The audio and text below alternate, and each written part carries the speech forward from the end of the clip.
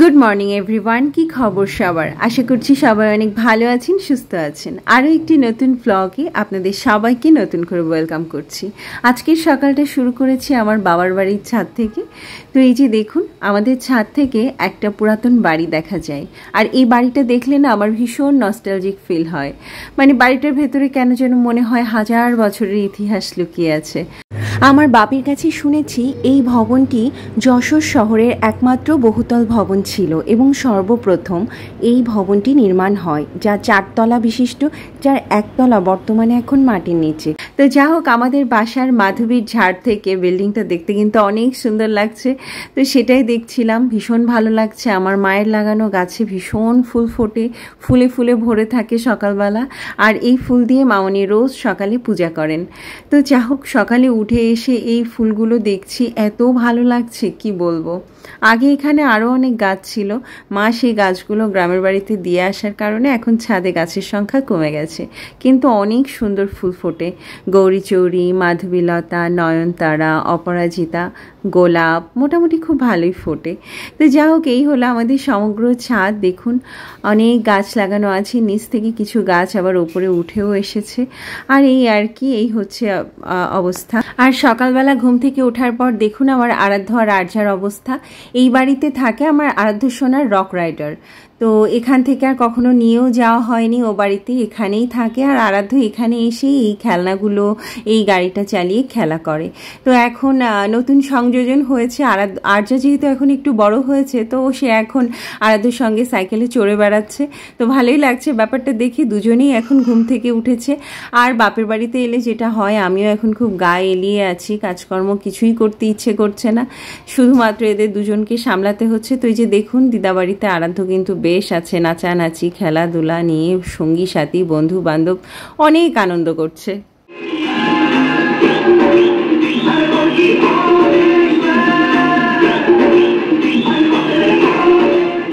তো সারাদিনের কাজকর্ম সেরে বিকেলবেলা একটু ছাদে এসেছি। যদিও আমাদের বাড়ির ছাদটা একটু ডেঞ্জারাস, কারণ চারিপাশে কোনো রেলিং নেই, তবুও ছাদে দেখলাম আমার 2 বাচ্চা খোলা আকাশ আর মুক্ত বাতাস পেয়ে ভীষণ এনজয় করছে। দেখুন আরাধ্য তার দিদার সঙ্গে কীভাবে দুষ্টামি করছে। তো এইগুলোই করতে থাকে। আর সন্ধ্যার সময় আসলে আমরা ছাদে আসি, কারণ গাছগুলোতে জল দিতে খুব ভালো লাগে। আসলে আমাদের এক এক বাড়িতে এক এক রকম লাইফস্টাইল। এ বাড়িতে একরকম, শ্বশুর বাড়িতে আর একরকম, ঢাকায় আর একরকম। যা হোক, এখন সন্ধ্যা হয়ে গেছে, আমরা এখন এসেছি যশোর বেচপাড়া পূজা মন্দিরে। তো এই যে পূজা মন্দিরে এসেছি, আর মন্দিরটা আসলে সংস্কার হচ্ছে, বেশ কনস্ট্রাকশনের কাজ চলছে, তো এই জন্য একটু বেশি খোলামেলা অবস্থাতে আছে। তারপরে মন্দিরে বেশ কিছু বাচ্চা ছিল, আর সেই বাচ্চাদের দেখে আমার আর্যা রানী, আরাধ্য সোনা দুজনেই ভীষণ হ্যাপি এবং দুজনেই খুব সমান তালে ছুটোছুটি করছে।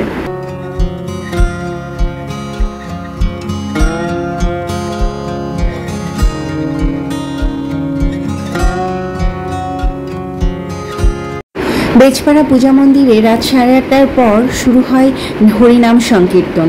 তো সেটারই প্রস্তুতি চলছে। আর এদিকে আমার বাচ্চা বাহিনীরা তো দৌড়াচ্ছে, এখানে আরও কিছু বাচ্চা আছে, তারাও খুব এনজয় করছে। তো এই আর কি, যেহেতু এখন রাত 9টা বাজতে গেল, তো আমরা এখন মন্দির থেকে বেরিয়ে যাচ্ছি। তাছাড়া আমার পূজার কিছু সরঞ্জামপাতি কেনা আছে, মন্দিরের সামনেই বেশ কিছু দোকান আছে, তো সেখান থেকে এইসব কেনাকাটাগুলো আমি করে থাকি। তো এই যে যশোরে এসে এবার প্রথম শপিং শুরু হলো ঠাকুরের আসনের জিনিসপত্র কেনা দিয়ে। ঠাকুরের জন্য যেগুলো শপিং করেছি, তো সেগুলো আর কি দেখায়। তো প্রথমে দেখায় গোপালের জামা। আমার যে গোপালটা যশোরে থাকে মামনির কাছে, তো সেই গোপালের জন্য এই জামা কিনেছি, কারণ সামনেই তো জন্মাষ্টমী আসতে চলেছে। তো ওই সময় তো আমি যশোরে থাকবো না, তো এই জন্য এখনই মামনিকে দিয়ে যাচ্ছি এই সুন্দর গোপালের জামাটা। আমার খুবই পছন্দ হয়েছে, হোপফুলি গোপালেরও অনেক পছন্দ হবে। তো এটা হচ্ছে গোপালের জন্য কিনেছি, এটা মামনিকে দিয়ে যাব। আর আমার ঢাকায় ঠাকুরের আসনে এই যে রাধা কৃষ্ণ আছে, এটা রাধা কৃষ্ণের ড্রেস, দুটো একদম সেম। আগে যেটা নিয়েছিলাম ওটা ছিল অন্য একটা ম্যাটেরিয়ালে, আর এটা হচ্ছে একদম কি বলবো, কাপড়ের আর কি, এবং খুব সুন্দর লেস চুমকি দিয়ে ডিজাইন করা আছে। তো আমি এই যে একদম রাধা এবং কৃষ্ণের সেম সেট নিয়েছি। আর এই যে আমার গৃহ টেম্পল সাজানোর জন্য আমি এরকম দুটো প্লাস্টিকের মালা নিয়েছি, নিচে যে সুন্দর ঘন্টা আছে। তো এটাই আর কি, এগুলো দেখলেও মন ভালো হয়ে যায়। দুটো সেম চেন নিয়েছি, আর একটা নিয়েছি গাঁদা ফুলের চেন।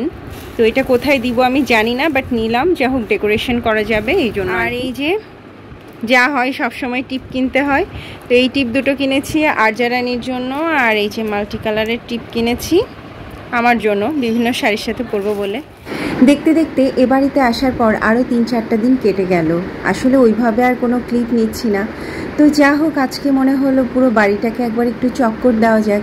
আসলে এ বাড়িতে এসে আমি বড্ড বেশি ব্যস্ত থাকি, তাই ভিডিও বা ব্লগ কোনোটাই আর আসলে এভাবে করা হয় না। তো এই যে দেখুন, বাড়িতে এলে মা বলে বাড়ির এটা দেখো সেটা দেখো, একটু দেখাশোনা করে রাখো। তো ওই সব কাজগুলো নিয়ে ভাবলাম যে একটু দেখি, সঙ্গে আপনাদেরও শেয়ার করি। তো এটা হচ্ছে আমাদের বাড়ির সাইডে একটা ছোট ফেন্স, আর এই ফেন্সের ভেতরে বেশ কিছু গাছ লাগানো আছে। তারপরে একটা ফাঁকা স্পেস, এবং তার পাশে হচ্ছে আমার মামার বাড়ি। তো এই আর কি। তো এই পুরো বাড়িটা আমার একটু দেখে ঘুরে যাচ্ছি, কোথায় কি ঠিক করা লাগবে না লাগবে এগুলো একটু দেখে রাখলে মায়েরও সুবিধা হয়। অনেক ডিফেক্ট আমার নজরে পড়ে, তো এটাই আর কি। তো যা হোক, এখন সকাল গড়িয়ে বিকেল হয়ে গেছে। এখন আমি, মামনি আর আরাধ্যসোনা বের হচ্ছি, আর ওপাশ থেকে মিস্টার ঘোষ আসবে। আজকে আবার আমরা একটু যাব, টুকিটাকি কিছু কাজ আছে, মানে যে কাজগুলো আমি ঢাকায় করতে পারি না ওগুলো আমার যশোরে এসেই করা লাগে। যেমন ধরুন, হাতের শাখা থেকে সোনা উঠে গেছে, আরাধ্য আর্যার ডেইলি ওয়্যার কিনতে হবে। তো এই সমস্ত জিনিসগুলো আসলে যশোরে খুব ভালো হয়। তো এই যে দেখুন, মোটামুটি অনেক শপিং করে এসেছি। তো এই যে এগুলো আরজারানির ডেইলি ওয়্যার, পাশে আরাধ্যসোনার ডেইলি ওয়্যার, এবং আমার নিজস্ব কিছু ডেইলি ওয়্যার। তো এইগুলো আসলে আমরা যশোর থেকে খুব চিপ রেটে খুব ভালো মানের জিনিস পাই, কোয়ালিটিও একেবারে খারাপ থাকে না। তো এই কারণে এইসব শপিংয়ের জন্য আমার কাছে মনে হয় যশোর বেস্ট। কারণ ঢাকায় আসলে যে ব্যাপারগুলো হয়, বড় শপিং মল, বেশি এক্সপেন্সিভ জিনিস, বেশি ভালো জিনিস। তো ডেইলি ওয়্যারের জন্য তো আমার এত এক্সপেন্সিভ জিনিস বা খুব ভালো জিনিসের প্রয়োজন নেই, মোটামুটি কোয়ালিটি মেনটেন করা গেলেই হলো। তো এই যে এইগুলো আমার ডেইলি ওয়্যার। আমি 3টা পালাজো নিয়েছি, এবং পালাজোগুলো খুবই সুন্দর। তো মায়ের বাড়িতে থাকাকালীন আমার যত রকম শপিং থাকে, টুকিটাকি যে সকল কাজগুলো আমি ঢাকায় করতে পারি না, সেগুলো এখানে এসে করি। তো এই যে এখন চলে এসেছি পার্লারে, একটু সেলফ গ্রুমিংয়েরও তো প্রয়োজন আছে বলুন। তো যা হোক, আমি নর্মালি পার্লারে 2টা কাজই করাই, সেটা হচ্ছে ভ্রু প্লাক করি এবং আমার হেয়ার কাট করি, এবং তাও সেটা বছরে একবার।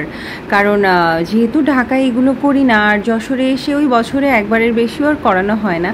তো প্রত্যেক বছরে আমি একবার করে হেয়ার কাট করাই, যাতে আমার হেয়ারগুলো ঠিকঠাক থাকে, ড্যামেজ হেয়ারগুলো আমি ট্রিম করে নিই। তো এটাই আর কি। তো এবারও সেটাই করছি, লাস্ট ইয়ার করে গিয়েছিলাম, আর এবার করছি, এটাই আর কি।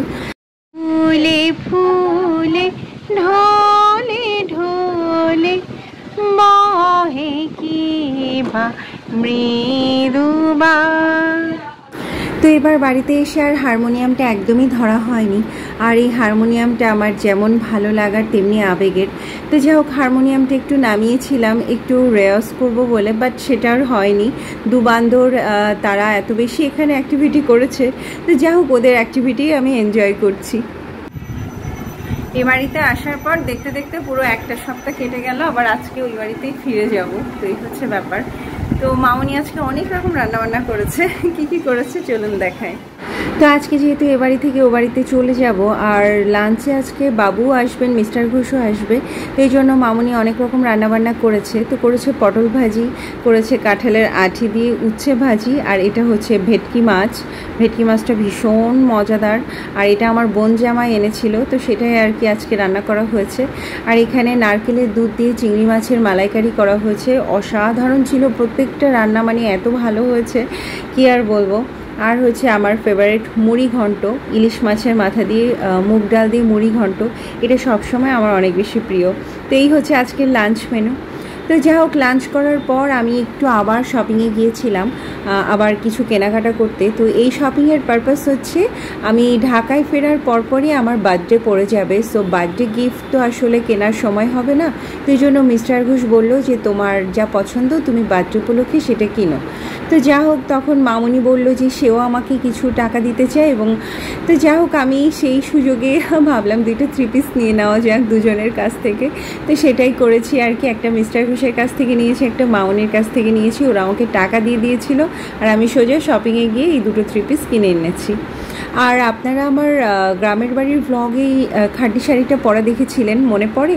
তো যা হোক, এই শাড়িটা আমি একটু কাস্টমাইজ করেছি, কারণ এই শাড়িটার বর্ডারটা পিকো করা ছিল। তো আমার কাছে কেন যেন একটু খালি খালি মনে হচ্ছিল, তো এই জন্য আমি এই কালারের সঙ্গে ম্যাচ করে একটা লেস কিনে শাড়িতে বসিয়ে নিয়েছি। বাট শাড়িটাকে এইভাবে লেস বসিয়েছি এবং একদম লুকটা যেন চেঞ্জ হয়ে গেছে, ভালোই লাগছে আমার কাছে দেখতে। তো এটাই আর কি। তো যা হোক, এখন সন্ধ্যা হয়ে গেছে, এক সপ্তাহ পর আবার ও বাড়িতে ফিরে যাবার পালা। তো এই যে এখন ব্যাগটা গুছিয়ে নিচ্ছি, মনটা একটু খারাপ খারাপ লাগছে, বাট কিছু তো করার নেই। আবার ও বাড়িতে ফিরবো, আবার 3-4 দিন পর আবার আমরা ঢাকায় ফিরে যাব। তো এই যে মিস্টার ঘোষ একটা ইজি বাইক নিয়ে চলে এসেছে, আর আমরা এখন এই যে সবাই ইজি বাইকে উঠে যাচ্ছি। আজকে আমার একটু বেশিই মন খারাপ লাগছে, বাট ঠিক আছে, মন খারাপ প্রকাশ করা যায় না। তো এটাই আর কি। তো যা হোক, চলে এসেছি এ বাড়িতে। আসার পর আরজা রানীও দৌড়ে বেড়াচ্ছে, হেঁটে চলে বেড়াচ্ছে। সে মোটামুটি এখন বুঝতে পারছে সে দাদার বাড়িতে এসেছে, আর আগে দিদার বাড়িতে ছিল। তো এটাই আর কি। তো আজকের মতো এখানে বিদায় নিচ্ছি। সবাই ভালো থাকবেন, সুস্থ থাকবেন, শুভরাত্রি।